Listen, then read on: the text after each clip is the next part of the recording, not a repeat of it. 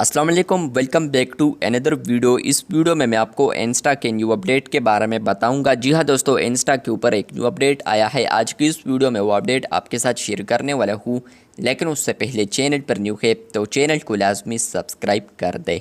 बात करते हैं इंस्टा के न्यू अपडेट के बारे में।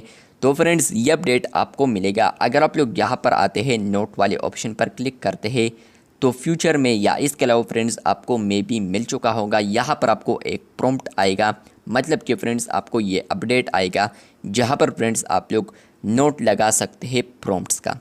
फ्रेंड्स, आप लोग अभी यहाँ पर इंस्टा के ऊपर कोई स्टोरीज अपलोड करते हैं तो वहाँ पर भी आप लोग प्रॉम्प्ट का इस्तेमाल कर सकते हैं।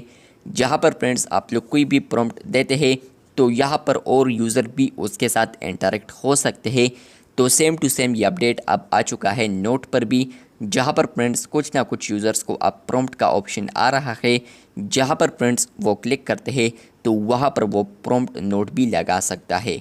तो ये अपडेट आ चुका है इंस्टा के ऊपर, जहाँ पर फ्रेंड्स आप लोग अब प्रॉम्प्ट नोट भी लगा सकते हैं। आपको ये अपडेट आया है या नहीं, कमेंट बॉक्स में लाजमी बताएं। मुझे आने वाले दिनों में आ सकता है ये अपडेट आपको मैंने स्क्रीनशॉट के ज़रिए समझाया है।